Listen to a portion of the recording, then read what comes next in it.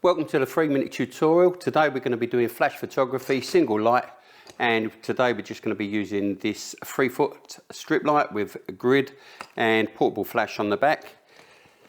We're also going to be using this 3-foot Octa box, portable flash on the back. These are AD200s, but any flash that works with your camera will do. We're not using a lot of high power on them at all, but we will be using high power on the projector here.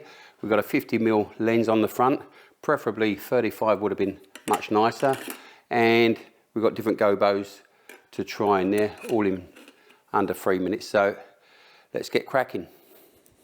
So we're going to start off with the 3x1 strip box with a grid, and that's going to be set off to the side at a 90-degree angle. That's going to give us a split light, but we're not going to use it as a split light because I'm going to get the model to turn more towards it. So it's not going to be lit this side and dark this side. We're just going to get the model to turn towards it on a bit of an angle. And that should give us a nice light, lighten up the face, a few nice shadows, and then dropping off into darkness.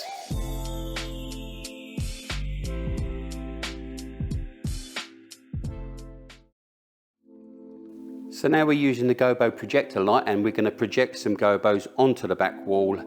We could bring the model forward and run them gobos behind the model, but we're just going to lay the gobos over the model at the moment for this shot. But it is also nice to bring the model away from the wall and shoot the gobos onto the wall behind.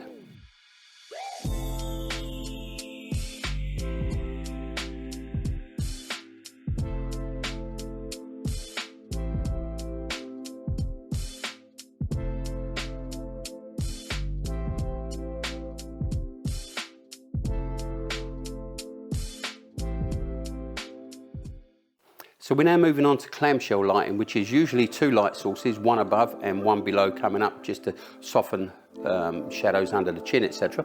But we're not going to use a second light, we're just going to use a reflector.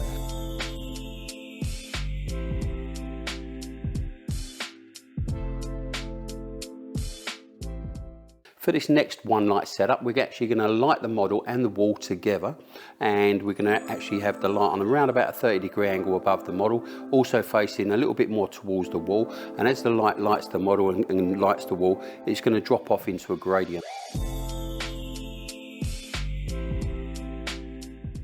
This setup is exactly the same as the previous setup with the Octa box, except this time we've introduced the reflector underneath and changed the background.